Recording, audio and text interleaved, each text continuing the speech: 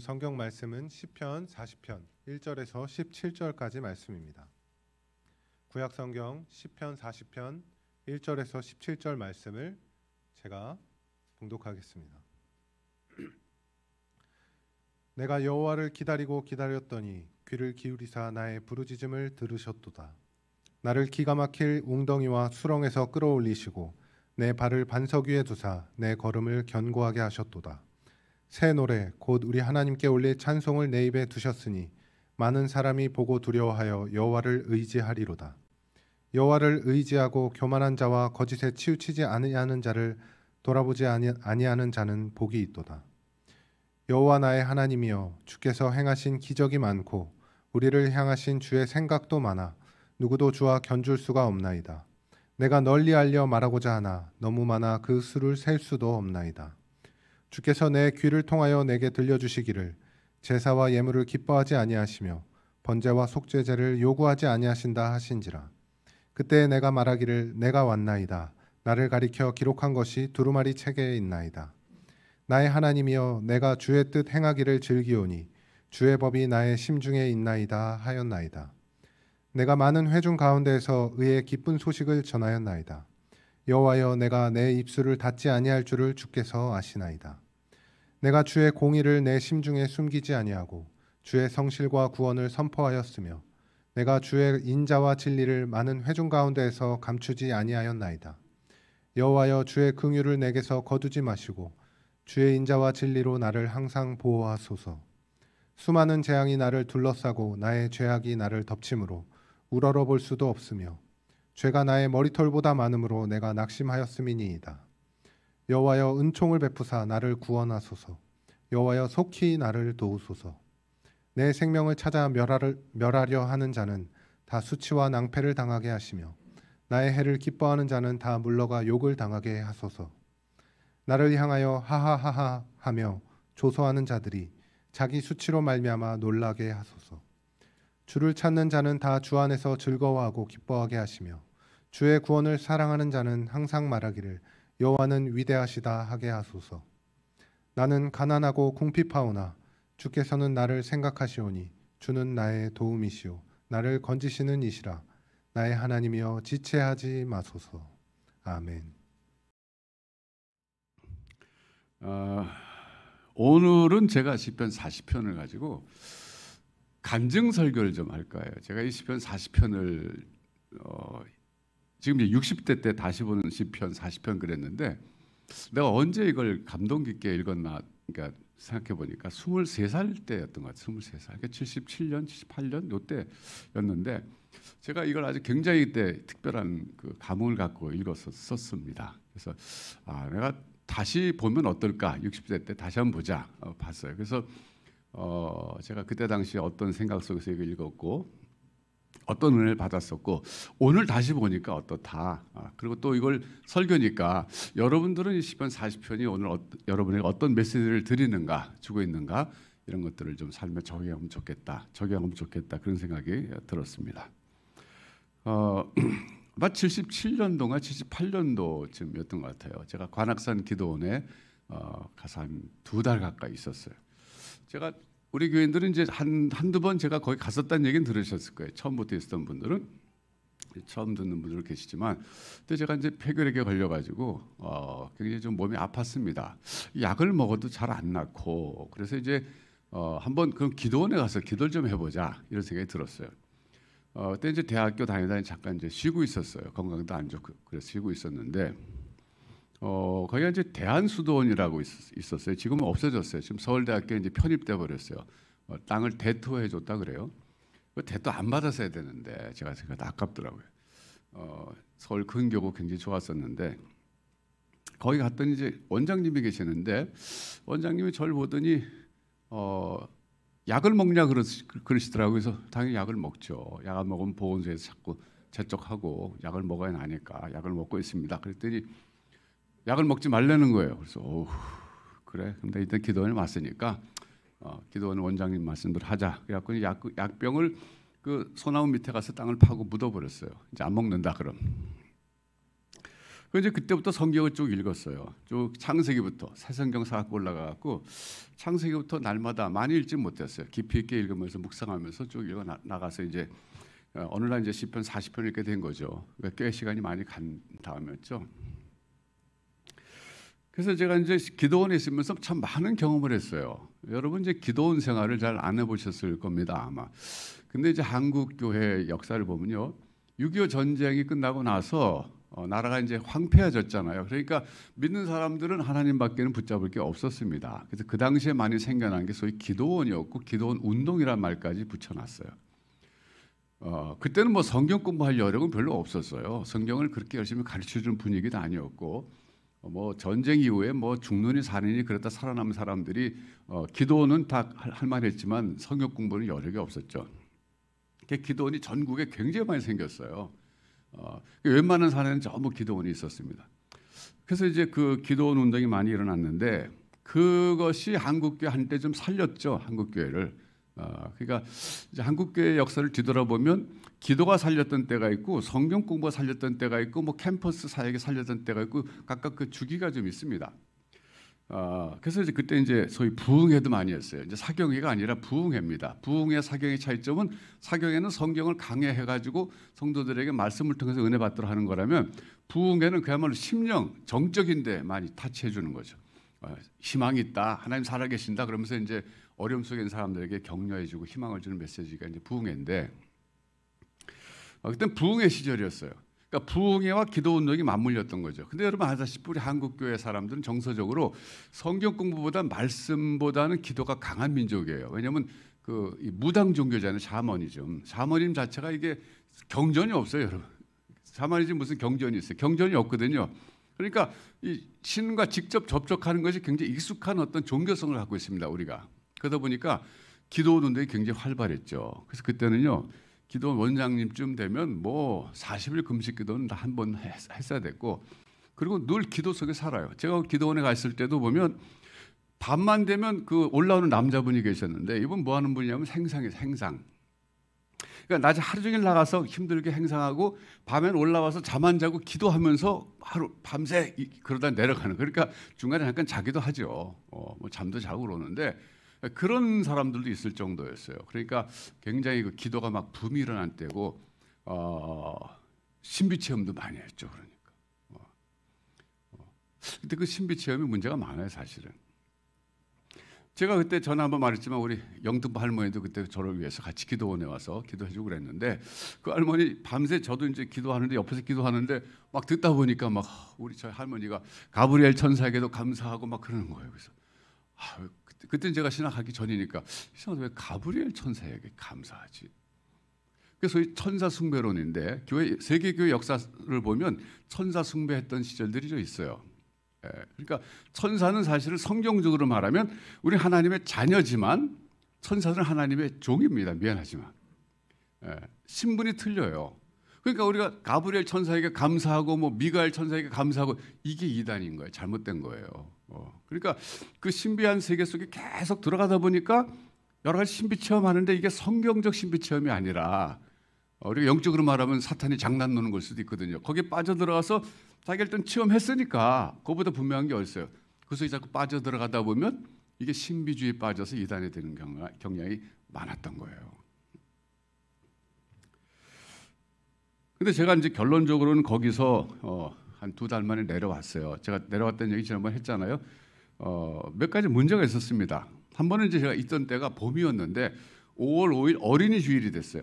그러니까 저 주일날 예배 드리는데 그 목사님 설교하시는데 이렇게 설교하시더라고요. 본문이 뭐냐면 하나님의 나라를 어린아이와 같이 받들지 않는 자는 결단코 천국에 들어가지 못하리라. 이게 본문이었어요.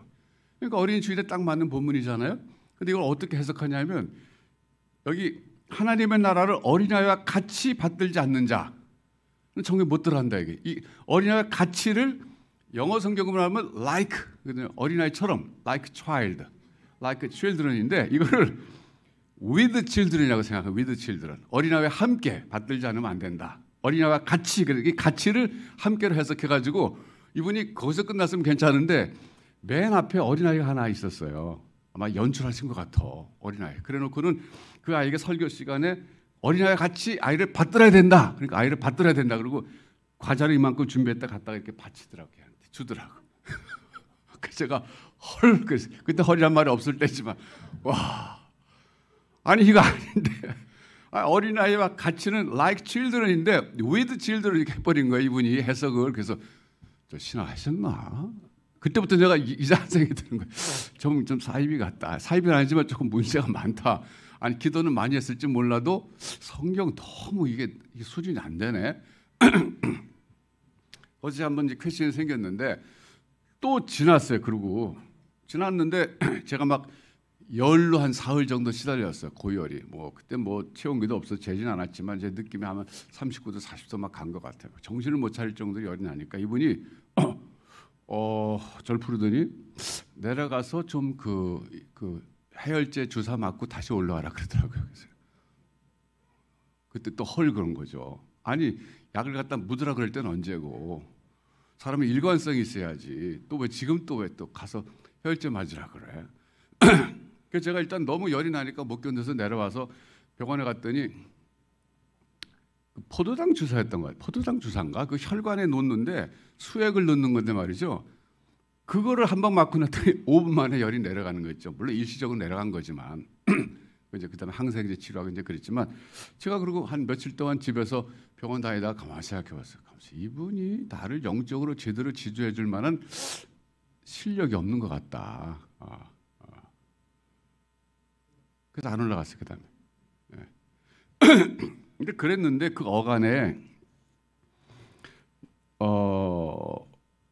시편 40편을 읽었던 때가 있어요. 내려오기 전에 쭉 순서대로 읽다 읽었는데 여러분 시편 40편이 이게 시작이 어떻게 됩니까?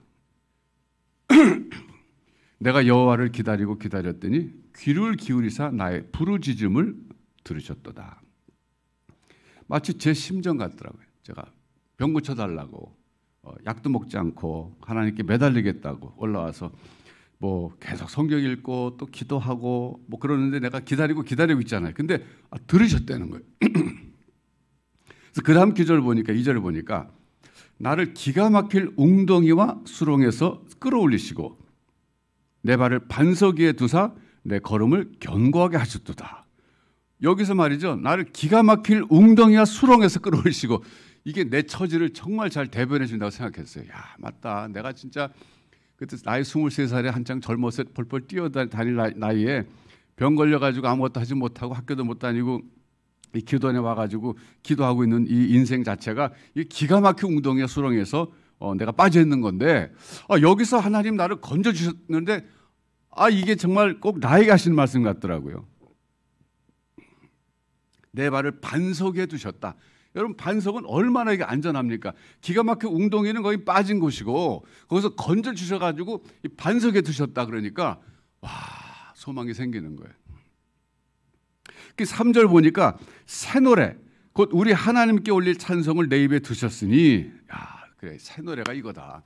내가 지금까지 기가 막힌 웅덩이에 빠져 있었고 그리고 깊은 수렁에 빠져 있었는데 여기서 건져 주신 하나님에 대한 그 새로운 가사 새로운 찬양 가사를 만들어가지고 하나님께 불러드린 찬양이 이게 새 노래가 아니고 무엇이겠는가? 나를 건져주시겠다는 사인이다. 이렇게 생각하니까요, 막 가슴이 막 뜨거워지는 거예요, 이 순간. 그래서 그 다음에 쭉 4절부터 쭉 읽어 나갔죠. 쭉 읽어 나가면서 내가 얼마나 참 이게 내게 주시는 말씀인가? 그렇게 막 주관적인 거죠, 맞아요. 주관적으로 착각하고 막 그랬지만 어쨌든 주관적인 게 뭐냐면 10절에 보니까 내가 주의 공의를 내 심중에 숨기지 아니하고 주의 성실과 구원을 선포하였으며 내가 주의 인자와 진리를 많은 회중 가운데서 감추지 아니하였나이다. 저는 여기서 보면 자기가 구원받은 이 구원의 경험을 많은 회중 가운데서 전파한다 이런 말씀이 나오잖아요. 그래서 나를 신학하라 그러시는가? 이런 생각이 드는 거예요. 그럼 성경 읽다 보면 그걸 자꾸 자기에게 이렇게 개인적으로 적용하게 되잖아요. 내가 신학을 해가지고 목회자가 돼가지고 결국 많은 회중 가운데서 하나님이 나를 구원해 주신 경험을 선포하라고 그러시는가? 이런 생각이 드는 거예요. 제가 왜 그때 그런 생각이 들었냐면 그때 아픔 가운데서도 내가 하나님이 나를 부르시는가? 이런 문제의식이 있었거든요. 그러니까 내가 하나님 꼭 내가 신학해야 되나? 나를 부르시는가? 이게 아직 확정되지 않았지만 그 생각하던 중이었기 때문에 자연스럽게 그런 생각이 좀 들었었어요. 근데 그러면서 쭉 읽다 보니까 지금 이 다윗이 웅덩이와 기가 막힌 웅덩이와 수렁에 빠진 그 이유가 있더라고요. 이유가 뭐냐면 14절과 15절에 보니까 원수들이 빠뜨린 거였어요. 원수들.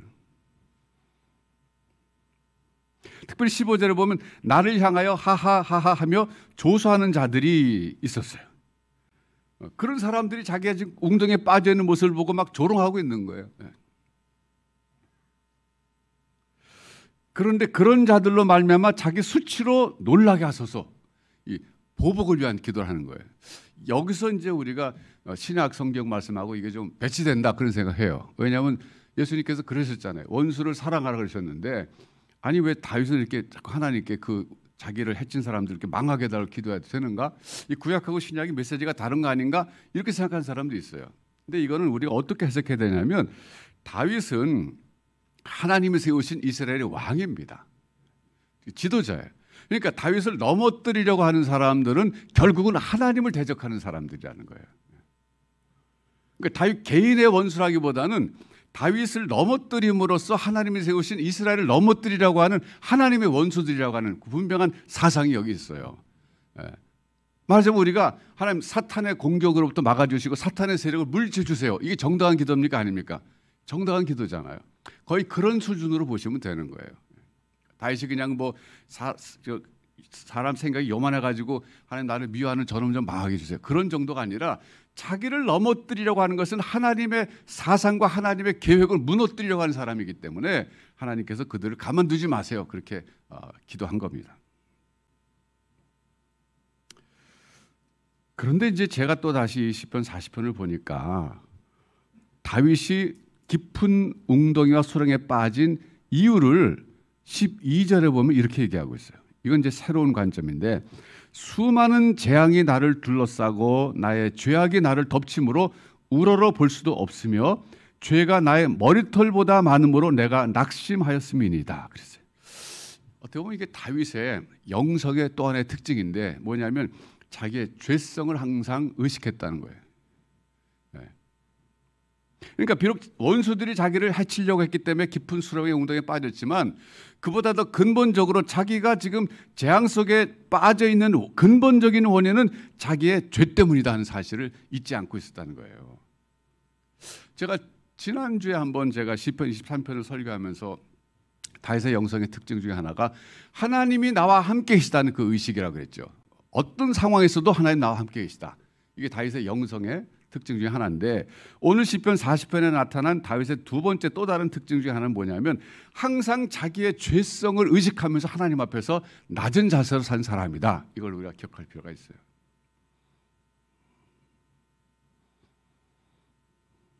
죄가 어느 정도로 많았는가? 죄가 나의 머리털보다 많으므로.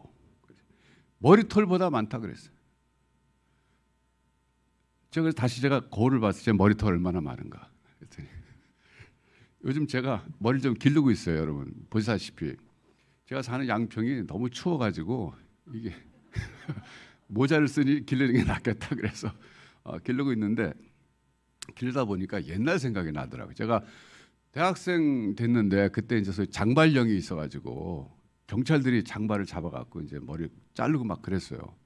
그래서 그때는 사실 그게 하나의 통치 수단이었던 것 같아요. 그때 제3공화국이 독재 막 하고 그랬던 시절이니까 괜히 젊은이들 그냥 대모도 못하게 꼼짝 못하게 하려고 핑계 삼아서 한 게 아닌가 하는 생각이 드는데 어쨌든 그때 제가 그 중국 회현동 가다가 경찰한테 붙잡혀갖고 머리 한번 잘렸었거든요. 평생에 제가 잊지 못할 상처 중에 하나인데 지금 생각하면 도망갔어도 못 쫓아오던 경찰인데 나이도 많았었는데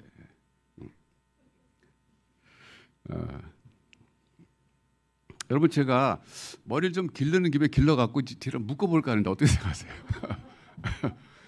찬성하시면 손 한번 들어보세요. 찬성. 그때 저 더러워있어요.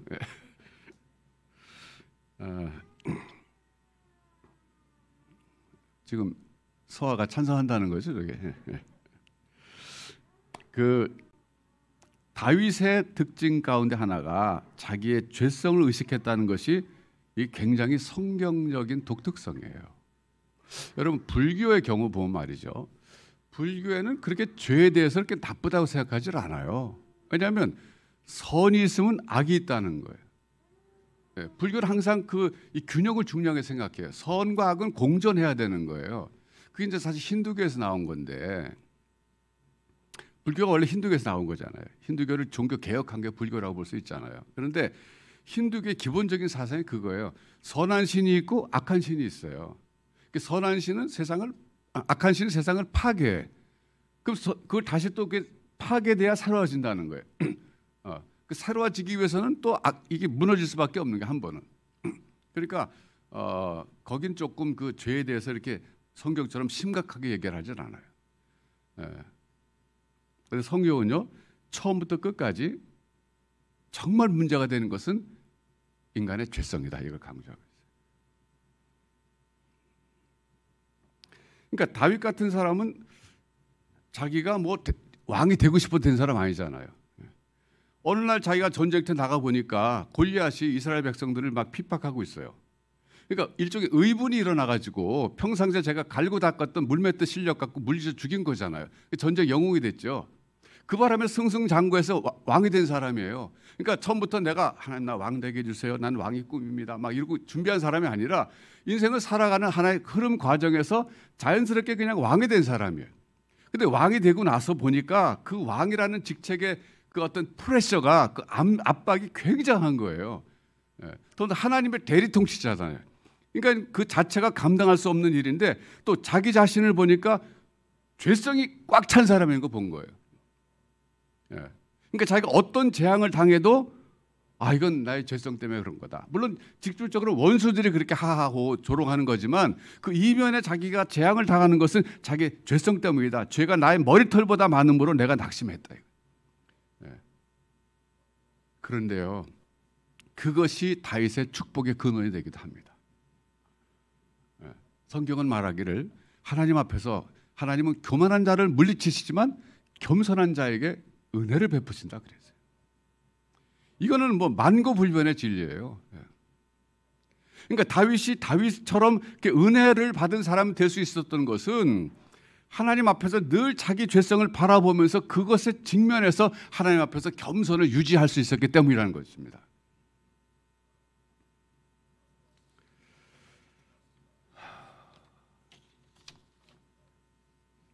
그러면서 그는 17절에 이렇게 기도해요. 마지막이죠. 17절 보면 나는 가난하고 궁핍하오나 주께서는 나를 생각하시오니. 여기 지금 가난하고 궁핍하다는 게 뭐예요? 물질적인 가난이 아니에요. 다윗이 아무리 그래도 물질적으로 배고팠던 시절은 거의 없어요. 뭐 전쟁터에서 쫓겨다닐 때 조금 있었지만은 거의 그저 부잣집 아들로 태어나가지고 소년 시절도 부유하게 지냈고 나중에 왕이 사위가 되고 나중에 왕이 돼가지고 가난하게 사는 건 별로 없는 사람이에요. 여기서 말하는 가난이라는 게 뭐예요? 하나님 앞에서의 가난이라는 거예요. 내가 하나님 앞에서 자랑할 만한 것이 사실 아무것도 없습니다. 나에게 많은 것은 내 머리털보다 많은 나의 죄 이것이 많습니다. 그렇게 얘기하면서 하나님께 나를 생각해 주시고 주는 나의 도움이시니까 나를 건지시는 분이시니까 하나님 지체하지 마세요. 이렇게 얘기하고 있어요. 저는 이 시편을 그때 당시 읽으면서 제 개인의 상황 속에서 읽었어요. 야, 지금 내가 정말 기가 막힐 웅덩이에 빠져 있고 기가 막힐 수렁에 빠져 있는데 하나님이 나를 건져 주셔서 내가 새 노래를 할 수 있도록 역사해 주시겠구나. 희망을 제게 준 메시지. 시편 40편. 근데 나중에 보니까 이거 갖고 어떤 분이 또 노래를 찬양을 만들었더라고요. 이 가사 가지고. 근데 이따 설교 끝나고 우리가 같이 부를 찬양인데 그 찬양 제가 이 시편을 그래서 너무 좋아합니다. 그러니까 제가 요즘 하는 설교가 제게 은혜를 준 평생 살면서 은혜 받은 규절들을 지금 나누고 있잖아요. 이 시편 40편이 그 중에 아주 굉장히 영향력이 큰 성경 말씀이에요. 제게. 자, 이제 여러분 한번 생각해 보십시다. 지금 여러분들 우리가 지금 같이 겪고 있는 문제는 사실 교회 건축이라는 문제예요. 오늘도 예배 끝나면 우리가 당회로 모여가지고 중요한 결정해야 되는데 몇 달 전에 우리가 PM에게 이걸 맡기기로 했잖아요. PM에게. 그동안 PM이 일하는 걸 제가 이제 쭉 지켜봤어요. 근데 지금 현재 저의 생각은 역시 PM에게 맡기기 잘했다 이런 생각이 들어요. 왜냐하면 그동안에 그분들이 해결하는 문제들 보니까 우리가 해결할 수 있는 문제들이 아니더라고요. 예를 들어서 지금 건축 현장에 먼저 그 예언건설에서 하청 줘가지고 업자들이 일을 했는데 그분들이 돈을 못 받는다고 나가질 않고 있어. 물건을 빼내가야 우리가 건축 다시 할 거 아니에요. 안 내가는 거예요. 그리고 돈을 예언건설에 받아야 되는 거예요. 사실은 우리랑 관계 없어요 그분들. 근데 우리한테 돈 내놔라 이거죠. 근데 그걸 우리가 어떻게 처리하겠어요? 우리 교회가 누가 나가서 그걸 할 수 있겠어요? 근데 PM들이 하니까 지금 두 군데가 문제인데 한 군데는 엊그저께 물건 다 빼내갔어요 결국은. 근데 그 중간 과정이 뭐냐면 결국 돈을 이만큼 달라. 그 PM 그건 너 많다. 이만큼 준다고 막 타협하는 건데 절충하는 건데 우리가 했으면 타협하기 어려운 정도 사람들이잖아요. 우리가 건축 세계를 모르잖아요. 근데 전문가들 아니까 근거를 대면서 이 정도면 되지 않냐 해서 결국은 그쪽에서 요구하는 것보다 훨씬 적은 돈을 주고 한쪽에 나갔어요. 지금 또 한쪽이 이제 나가야 되는데 이분들은 잘 안 나갈 것 같다 그래요. 왜냐하면 그래서 이제 어쩌면 그분들도 뭐 민사소송할지 모르죠. 근데 우리랑 상관이 없는 거예요, 사실은. 우리랑 계약한 것도 없고 아무것도 없으니까. 그래서 저 안 되면 우리가 다시 지금 이번에 다짐건설이라고 시공사하고 새로 계약했는데 거기서 그 물건을 잘 이렇게 치워놓고 망가지지 않게 치워놓고 공사하면 된답니다. 그러니까 문제가 없대요. 그래서 안 나가도 또 서초구청에서는 다시 새로운 시공사와 계약해서 건축하라고 허가증이 나왔어요. 문제가 없어요. 제일 어려웠던 게 이제 자금인데 소위 PF라고 그래서 프로젝트 파이낸스 영어로 그 PF인데 이게 뭐냐면 돈을 대출 받는 거예요. 건축비를. 근데 일단 우리가 1차 때는 뭐 농협에서 이제 우리가 받았지만은 지금 이제 계약이 타결됐기 때문에 다시 또 새로운 시공사와 계약하면서 새롭게 또 대출 받아야 되는데 한 번 타결된 데에는 대출이 안 된답니다. 은행에서 안 해준대요. 그런 걸 이 PM들이 열심히 해가지고 지금 제1금융권에 어느 은행하고 거의 얘기가 됐어요. 거의 다 해주기로 내막적 얘기가 됐는데 그 예은건설에서 내가 이거 잘 모르니까 봐야 되는데 저한테 오구나. 하여튼 곧 우리 민사를 걸었어요. 우리한테 돈을 달라고. 근데 터무니없는 액수를 달라고 그랬어요. 사실은 말도 안 되는 액수를 달라고 그랬는데 그러면서 가압류라는 걸 신청했대요. 그러면서 한 12억 정도를 자기네 더 받아야 된다. 이 12억 더 받아갈 근거도 없는데 그렇게 했기 때문에 12억을 더 달라 그러면서 우리 구자에 12억 정도가 있어야만 은행에서 대출해 줄 수 있는 상황이 돼 버렸어요. 그럼 저도 뭐 잘 이해 안 되고 그냥 대략 말씀드린 건데 그래서 이걸 또 해결해야 됩니다. 그래서 오늘 당에서 이걸 이제 대안이 있기 때문에 모여서 의논하려고 그러는데 제가 이 교회 이렇게 건축 과정을 보면서 그래 우리 지금 다혈교회가 이 기가 막힐 웅덩이와 수렁에 빠져 있구나 이런 생각이 들었어요. 정말 기가 막히다. 사실 우리가 잘못한 게 있다면 건축에서 잘 몰랐다는 것밖에 없어요. 건축이라는 세계를 잘 몰랐기 때문에 그동안 건축위원회가 지금 위원장이 지금 제가 4대인가 그랬잖아요. 제가 안 맡으려고 다 맡았는데 건축하면서 건축위원회 4대 그 위원장 바뀐 케이스를 전 들어본 적이 없어요. 사실 한번 건축위원장 하면 그냥 끝까지 가야 돼요. 왜냐하면 그 지식이 쌓여오는 게 있잖아요. 자꾸 바뀌면 또 자꾸 모르잖아요. 그런데 제가 지나놓고 보니까 그냥 건축위원회가 그냥 우리끼리 얘기를 많이 했던 것 같아. 잘 모르는 사람들이 모여가지고. 그런데 거기서 또 이견이 있어가지고 이견 조율하다 시간 많이 간 것 같아요. 차라리 처음부터 전문가에게 맡겼으면 그냥 뭐 이렇게 순리들 쭉 해나갈 거를 우리 모르는 사람들이 잘해보겠다고 그래서 그 의도는 좋았는데 지나놓고 보니까 건축위원장이 서너 번 바뀐 것도 문제였구나. 그런 것도 문제가 돼요. 왜냐하면 이게 노하우가 축적돼야 되는데 자꾸 끊어지잖아요. 단절되잖아 또. 어쨌든 지금 그래서요. 우리 교회 건축 상황이야말로 기가 막힐 웅덩이와 수렁에 빠져 있다. 오늘 제가 60대가 돼가지고 제가 옛날 생각하면 다시 이 시편 40편을 볼 때 그래 하나님께서 우리를 반드시 반석 위에 올려 세우실 것이다. 그리고 새 노래를 우리 입에 주셔갖고 우리 하나님을 찬양하게 하실 것이다. 이런 영적인 어떤 강한 의지가 생기더라고요, 저는. 제가 다시 처음으로 돌아가 봤어요. 우리가 왜 건축하게 됐지? 5년 됐거든요, 지금 건축 이게 하게 된 지. 여러분, 우리 가운데 그때 당시에 아니 말로 하나님 우리 YMCA가 불편하고 예배당 없으니까 예배당 주세요라고 기도한 사람 있으면 손 들어보세요. 아무도 없어요, 우리는. 그 생각도 안 했어요. 하나님 우리 예배당이 없어서 정말 너무 초라해요, 불편해요. 우리도 남들 못지않은 예배당 하나 주세요. 이런 생각 한 사람이 없어요. 제가 그냥 우스갯소리로 하나님 그냥 봉은사보다 한 1000평 더 많은 땅 주세요, 뭐 이렇게 했죠. 봉은사보다 한 100평 좀 많은 땅 달라고 그랬죠. 네. 제가 그래서 옛날을 다 돌아가 봤어요. 그때 우리가 어떻게 됐지? 우리가 욕심 때문에 예배당을 짓기 시작한 건가? 아니요. 오히려 하나님께서 환경을 통해서 우리를 아닌 말로 광야로 내모신 거예요. 하나님이 시작하신 거예요. 저는 다시 확인해 봤어요. 이게 만약 우리가 욕심으로 시작한 거라면 우리는 정말 이거 잘못한 거 반성하고 막 그래야 돼요. 근데 우리가 잘못했다고 하면 잘못이 뭐냐면 너무 건축에 대해서 모르고 그냥 열심히 해보려고 그랬던 거, 이게 잘못이에요. 근데 그건 있을 수 있는 일이잖아요. 열심히 해보려는 게 뭐가 나빠요. 오늘 이런 상황에 우리가 봉착했지만 오늘 다시 시편 40편을 제가 보니까 맞아.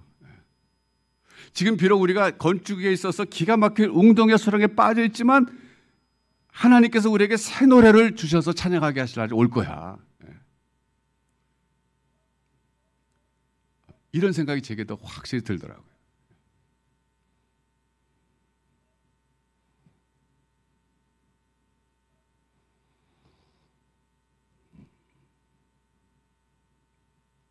여기 9절에 보면 그런 말씀이 있어요. 내가 많은 회중 가운데서 의의 기쁜 소식을 전하였나이다. 여호와여, 내가 내 입술을 닫지 아니할 줄을 주께서 아시나이다. 언젠가 우리가 새 노래를 부르게 될 때는 많은 사람들 앞에서, 우리가 성도들 앞에서, 우리를 위해서 그동안 건축에서 기도하신 모든 사람들 앞에서 우리가 하나님이 우리에게 이렇게 기쁜 역사를 하셨습니다 라고 찬양할 날이 반드시 온다는 거예요.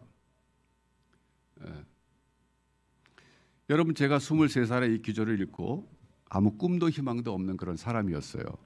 근데 그 이후에 펼쳐진 저의 삶을 보면 하나님이 제게 새 노래를 부르게 하셨어요. 새 노래를 부르게 하셨어요. 지금까지 제가 40여 년을 살아오면서 보니까 그래, 하나님이 내 입에 새 노래를 주셔서 내가 그 위에 목회자가 돼가지고 많은 성도들 앞에서 하나님의 위대하심과 하나님의 긍휼하심을 늘 선포할 수 있었고, 많은 사람들이 저의 설교를 듣고 힘을 내서 하나님을 더 잘 믿을 수 있게 됐고, 이런 그 결과물들을 제가 돌이켜 볼 때 오늘 우리 교회가 봉착하고 있는 이 교회 건축이라고 하는 이 기가 막힐 웅덩이와 수렁, 여기서 항상 머물러 있는 것이 아니라 반드시 하나님께서 우리를 끌어올리시고 우리 발을 반석에 세우시고 새 노래로 하나님을 찬양하게 하실 날이 있을 줄로 믿습니다.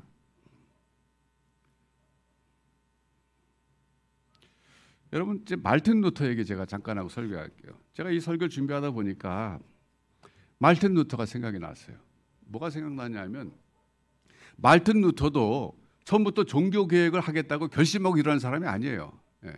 어쩌다 보니까 그렇게 된 거예요. 그 사람도 처음에 그냥 95개조 반막문을 그냥 그 구텐베르크 문짝에다 붙여놓은 게 시작이 된 거예요. 대자보 붙인 게 시작이 된 게 대자보. 종교개혁 생각도 안 했어요. 그랬는데 뭐 그냥 하나님 뜻이 계셨던 거죠. 그를 휘몰아서 종교개혁 속으로 탑 리더를 세우시고 정신없이 삶을 살게 하셨는데 너무너무 힘든 거예요. 사실 힘들잖아요. 전 유럽이 자기를 죽이려고 그러는 것 같이 느꼈을 거 아니에요. 어느 날 그 부인이, 이제 그 말틴 루터가 결혼했잖아요. 부인이 상복을 입고 나타난 거예요. 상복을 입고. 그러니까 말틴 루터가 아니 지금 왜 상복을 입고 나타났냐고 부인에게 말하니까 부인이 뭐라고 말했는지 아세요? 참 지혜 있는 여인이었어요. 당신이 이렇게 우울해하고 실에 빠져 있는 거 보니까 아무래도 하나님이 돌아가신 것 같다. 하나님 돌아가신 것 같아서 내가 상복 입었다. 그 말을 듣고 루터가 정신을 번쩍 차린 거예요. 맞아. 하나님 살아계신데 이게 지금 내가 시작한 게 아니고 하나님의 일인데 종교개혁 왜 내가 이걸 놓고 고민해야 되나. 다시 또 툭툭 털고 일어났다는 일화가 있어요. 근데 이게 한 번으로 그친 거 아니에요. 하다 보니까 또 어려움 속에 빠졌어요. 그러니까 하루는 자기 집무실에서 서가지고 이제 저녁 때 창밖을 내다보고 있었어요. 멀리서 십자가도 보이고 또 성도들도 보였어요. 말틴 루터가 생각했어요. 하나님, 저 교회가 내 교회입니까? 주님의 교회입니까? 주님의 교회죠. 저 양떼들이 제 양떼입니까? 주님의 양떼입니까? 주님의 양떼들이죠. 저 교회가 주님의 교회고 저 양떼들이 주님의 양떼라면 주님이 돌보세요. 난 가서 자겠습니다. 그리고 가서 잤다는 거예요. 유명한 일화예요. 여러분, 우리가 인생을 살다 보면 정말 기가 막힐 웅덩이에 빠져있다. 내가 지금 숨을 쉴 수 없는 수렁에 빠져있다. 그런 순간이 있어요. 또 주변에서 나를 향하여 하하호호하며 조소하는 사람들이 있을 수 있어요.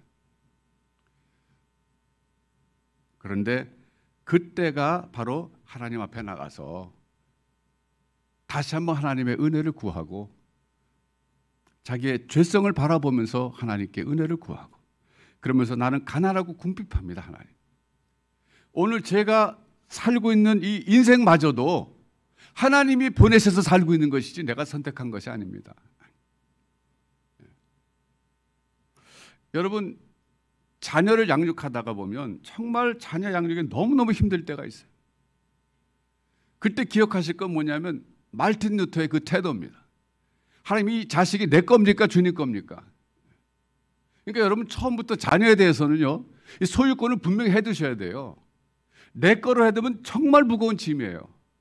그런데 주님의 건데 내게 잠시 맡겼다고 생각하면 그때 힘이 확 살아나는 거예요. 그 많은 사람들이 왜 자녀 때문에 힘들어하는가? 자기 거라고 생각해서 힘들어하는 거예요. 절대 그건 비성경적인 생각이에요. 하나님의 거예요. 하나님의 건데 내게 잠깐 맡겼을 뿐이에요. 예. 그러니까 나는 하나님의 뜻대로 잘 기르면 되는 거예요. 소유권은 내게 없단 말이죠. 그러니까 그럴 때도 하나님, 이 자녀가 내 겁니까? 주님의 겁니까? 주님의 거라면 주님이 알아서 하세요. 이러는 순간도 필요한 거예요. 물론 자녀를 격려하고 야단칠 때 야단치고 또 잘했다 칭찬할 때도 있지만 그건 늘 그래 해야 되지만 기본적인 태도는 그렇다 이거예요. 내 거가 아니다.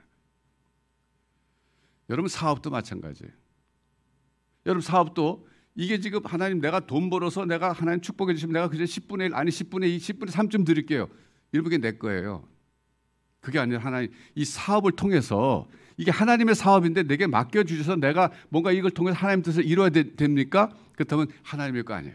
하나님의 거라면 하나님이 하셔야죠. 정말 내가 사업에 길이 막히고 어려울 때는요, 가서 그렇게 배짱 있는 기도 해볼 필요도 있어요. 하나님, 이게 내 거예요? 하나님 거지. 심지어는 저는 그런 생각까지 들어요. 이거 불교에서는 이런 생각 할 수 없지만 타종교는, 성경은 그렇게 말해. 내가 태어난 것도 내가 선택한 게 아니라 하나님이 보내셔서 태어난 거잖아요. 그렇다면 하나님이 뜻이께서 보낸 인생이라면 내가 어떻게 계획한다고 될 것도 아니고 계획 안 한다고 안 될 것도 아니고 하나님 뜻대로 이루어질 수밖에 없는데, 다만 나의 죄성 때문에 하나님 뜻 중간중가 막힐 수는 있어도 그래도 하나님은 자비로운 분이니까 하나님 나의 구원자이시니까 나를 구원해 주실 것이다, 이런 확신 갖고 하나님, 제 인생이 제 겁니까? 하나님 겁니까? 근본적으로 하나님 거 아니겠어요? 내가 망하면 하나님 영광이 가려질 텐데, 내가 잘못되면 하나님 영광 가려질 텐데 하나님 책임지세요. 이렇게도 기도할 수 있는 거예요. 여러분, 오늘 시편 40편이 여러분들에게 오늘 하나님으로부터 새롭게 희망의 메시지와 음성을 듣는 말씀이 되시기를 바라요. 어떤 상황이 있다 할지라도, 내가 정말 기가 막힐 웅덩이의 수렁에 빠져 있다 할지라도 낙심하지 마시고 언젠가 하나님이 내게 새 노래를 주실 것이다. 내가 많은 회중 앞에서 하나님의 위대하심을 찬양할 것이다. 또 우리 교회가 건축에 어려움이 있지만 그러나 이것이 지금 순간 일시적인 어려움이고 하나님이 반드시 우리에게 새 노래를 주실 것이다. 이런 확신을 갖고 여러분 믿음으로 전진하시길 바랍니다. 사실 제가 어쩔 수 없는 상황이기 때문에 건축 현장을 맡아서 하고 있는데 저 참 많은 생각 속에 사로잡힐 때가 있어요. 왜 하나님께서 소위 말하면 내 목회 말년에 이런 어려움을 주시는가? 이 어려움이 무슨 의미가 있는가? 이 가치가 있을까? 제가 다시 또 생각해 봐요. 그러면서도 결론적으로 제가 깨닫고 결론 내리는 것은 그래. 오늘 내가 고생이라면 고생하면서 고통 속에서 어려워하면서 이 일을 내가 참고 하나님의 인도를 받고 나갈 때 우리에게 미래가 활짝 열릴 수 있다. 다윗 같은 심정에 예배당을 자기가 짓고 싶었는데 하나님 넌 됐다. 다음 세대가 지어서 잘 될 거다 그랬는데 그때 하나님 다음 목사에게 지라 그러지 왜 저한테 지라 그런지 모르겠어요. 짓는 거 네가 져라. 쓰는 건 다음 세대가 쓸 거다. 그러신 것 같아요. 그래서 저는 감사해요. 여러분 교회 건축도 그렇고 여러분 삶도 그렇고 지치지 맙시다. 하나님이 살아계시는 한 우리는 포기할 수 없어요. 하나님이 돌아가시지 않았다면 세상은 괜찮습니다. 여러분의 삶도 괜찮습니다. 그러므로 그 믿음 갖고 끝까지 하나님 찬양하면서 항상 새 노래를 하나님 찬양할 준비를 하시다가 때가 됐을 때 우리가 12월 25일 성탄일에 크리스마스 예배 때 우리가 입당해서 함께 새 노래를 하나님 찬양할 날을 바라보면서 믿음으로 계속 전진해 나가십시다. 여러분 인생도 마찬가지. 어둡고 암울하고 더군다나 코로나 때문에 모든 게 막힌 것 같고 인생이 끝난 것 같고 그래도 그렇지 않아요. 하나님 여러분들을 반드시 반석 위에 올려두시고 새 노래로 하나님 찬양하게 할 날이 있을 줄로 믿습니다. 다 일어나서 우리 찬양하겠어요.